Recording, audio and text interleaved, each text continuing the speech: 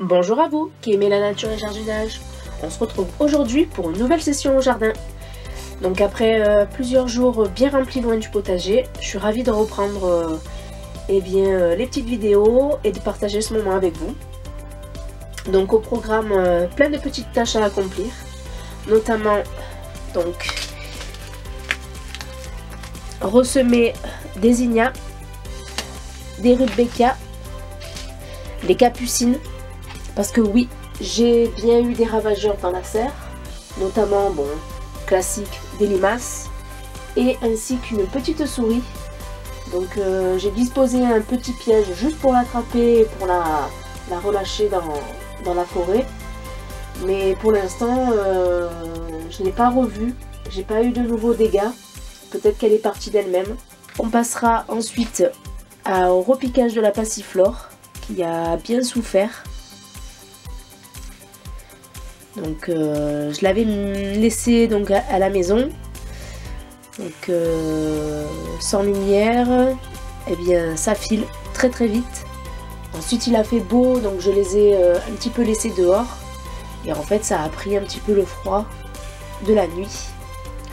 Donc on va voir, on va les repiquer et on va voir ce que ça donne. Et ensuite j'ai vu une petite technique pour semer le polonia. Ce sont de grands arbres à croissance rapide, donc il a un feuillage assez large, sa floraison apparemment elle est magnifique.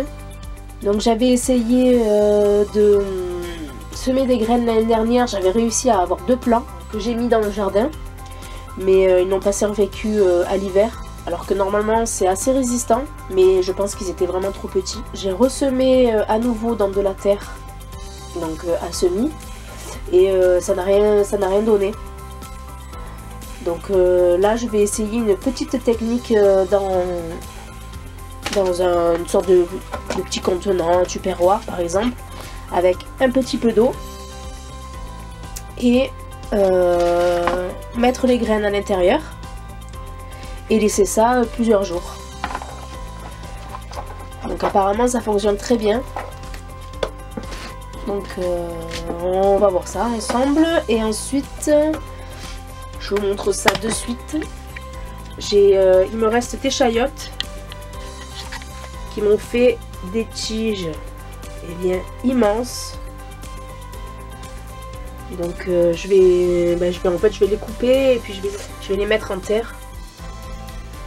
Donc là il y en a une, je pense qu'elle donnera plus rien, hein. Elle s'est vraiment épuisée. Parce que celle que j'ai mis dans la serre, eh bien, elle se porte plutôt bien. Elle me fait de longues tiges quand même, pas trop de feuilles encore. Voilà, je la protège quand même avec un voile parce que eh bien, ça caille encore, hein. Donc vous m'excuserez pour la voix un peu encore enrouée, hein. Ça fait une semaine que je suis un petit peu malade et j'arrive pas à m'en sortir avec ce temps qui fait que varier. Donc entre un beau soleil et le froid, mais la saison avance, donc on avance avec elle, hein. Pour rien lâcher, on y va, on est dans la serre, il fait froid, mais c'est pas grave.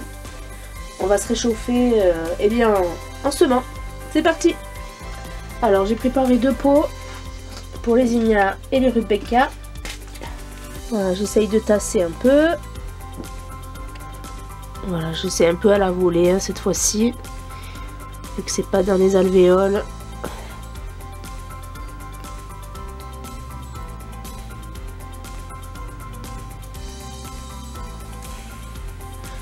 Voilà, je vais pas exagérer, je vais en remettre dans le paquet. Au pire, le semis c'est de mars à juin, donc on est largement dans les temps.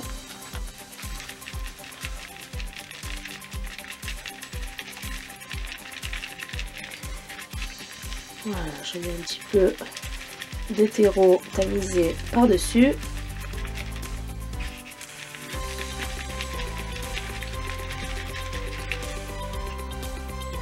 Hop, toi ici, voilà. Ensuite, je passe au rudbeckia. Donc pour cette fois-ci, Donc le semis c'est de mars à juin aussi.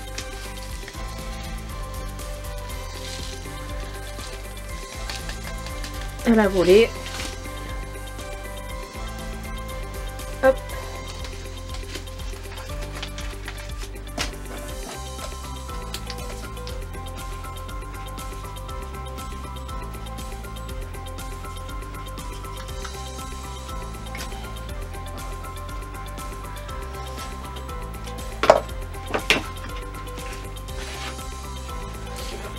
Voilà, dites-moi vous aussi en commentaire si vous aviez eu du beau temps, puis un peu de pluie, et maintenant le froid.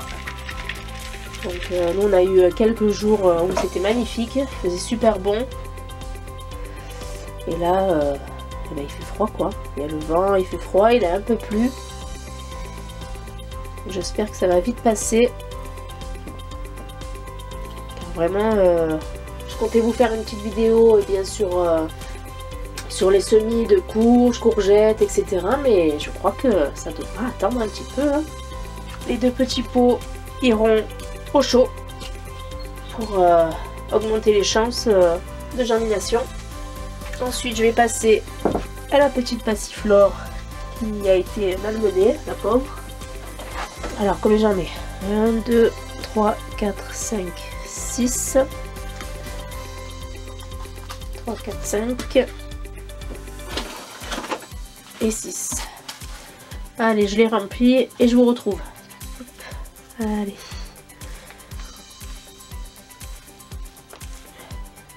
Ok. J'essaye de les démarrer. Ok, parfait. Je fais un trou.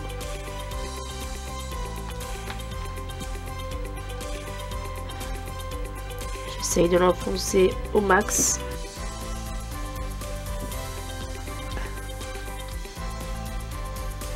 Et ensuite, je pince. Voilà. D'une.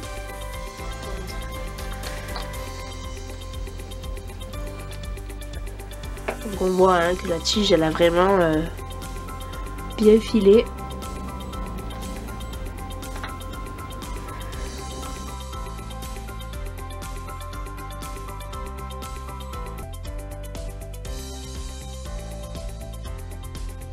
Alors c'est vrai que les boutures de passiflore c'est beaucoup plus simple. Il suffit de couper une tige, de mettre dans l'eau et ça reprend racine. Mais c'est vrai que là j'ai eu l'occasion d'avoir des graines et c'est toujours bien une fierté de partir de la graine et puis le plaisir de faire quoi, en fait, hein, tout simplement. Qu'il fasse chaud ou qu'il fasse froid. Bon, c'est plus agréable quand il fait chaud. Ensuite je passe aux capucines.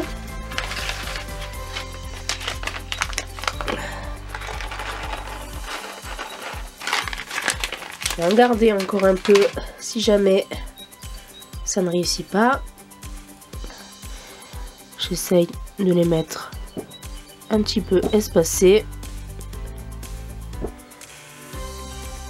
Qu'elles aient la place eh bien, de germer correctement.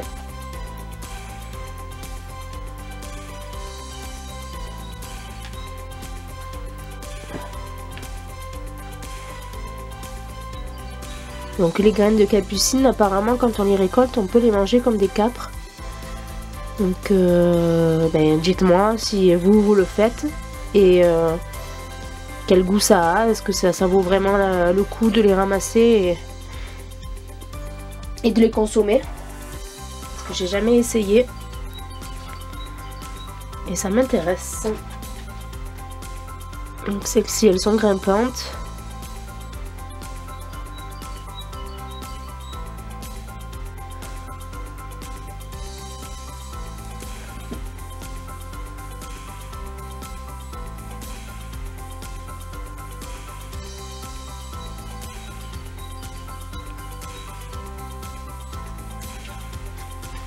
Bon, normalement pas besoin de tamiser, mais bon. Au moins, elles sortiront plus facilement. Et voilà le résultat.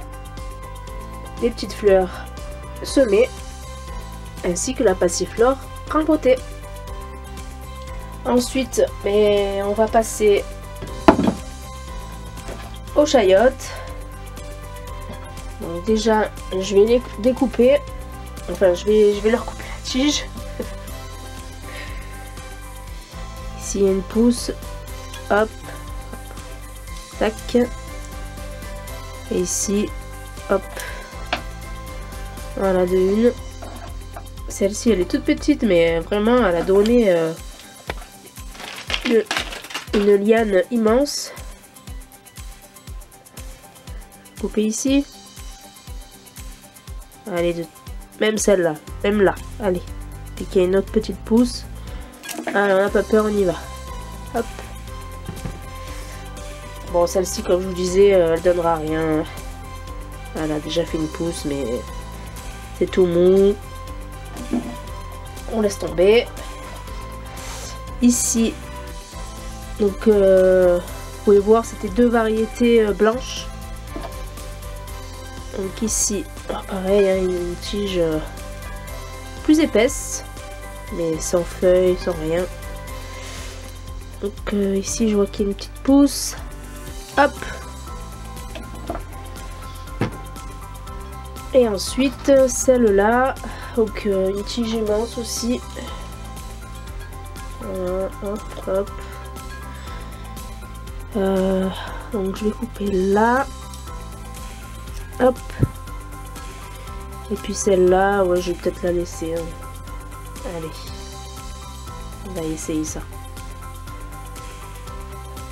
Donc, un petit pot, deux petits pots, trois petits pots.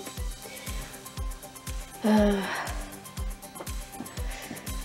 je vais essayer d'enterrer un peu, mais c'est vrai qu'il y a les deux tiges, voilà, comme ça.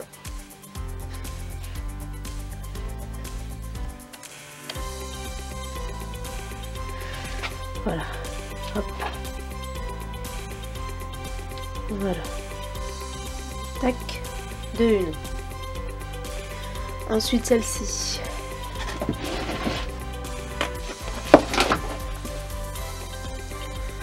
Donc elle est comme ça. Voilà, comme ça la tige, hop, elle va pouvoir partir de ce côté. J'enterre un petit peu, légèrement. Voilà, on les voit. Et ensuite celle-ci, donc là je vais en mettre deux.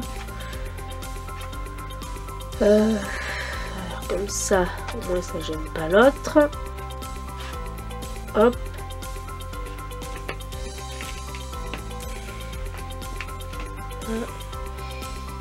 Et celle-ci, allez, de l'autre côté.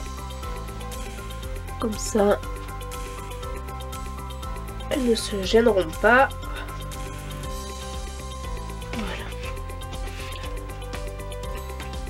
Voilà, je vais remettre un petit peu de terre. Donc, je vous montre un petit peu de plus près. Voilà, celle-ci qu'on a gardé la tige. Celle-ci qui est coupée.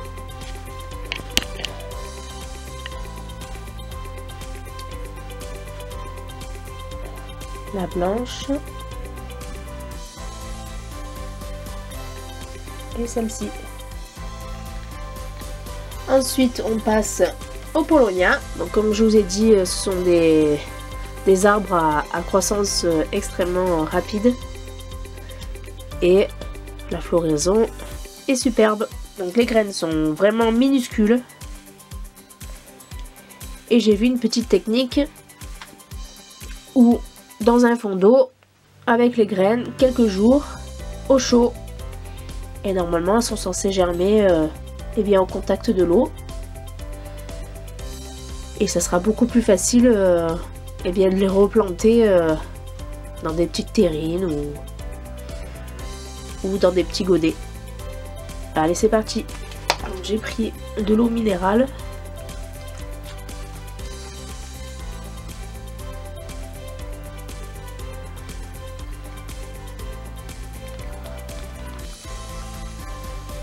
Alors, je sais pas s'il faut mélanger ou pas. Qu'il soit vraiment en contact. Écoutez, je vais le faire. Hop. Voilà, comme ça la graine est vraiment en contact des deux côtés avec l'eau. Et ensuite, je referme. Voilà, et ça ira au chaud. Voilà, j'en profite pour immortaliser mon petit prunier avec ces jolies fleurs qui, malgré tout, commencent quand même à dépérir. Donc, je sais pas si j'aurai des fruits ou pas, mais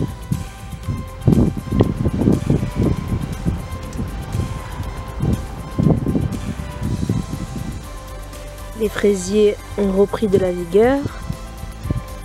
On refait des feuilles.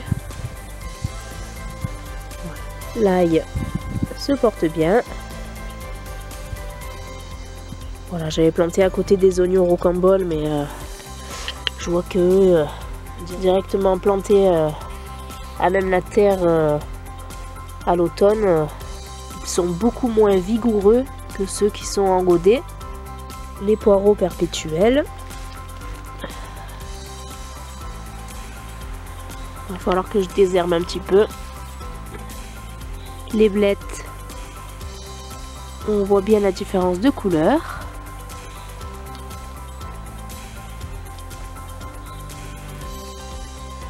Avec les pois mange-tout à côté et les petites salades. Et on peut voir que les pois mange-tout semés commencent à sortir un petit peu. Ici, les salades grandissent bien. Les premiers radis sortir. Donc vous les avez plantés entre les salades. Les carottes poussent tranquillement.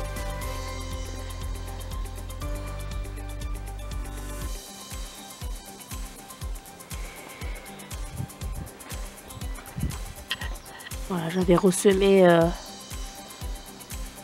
où il y avait des petits manques.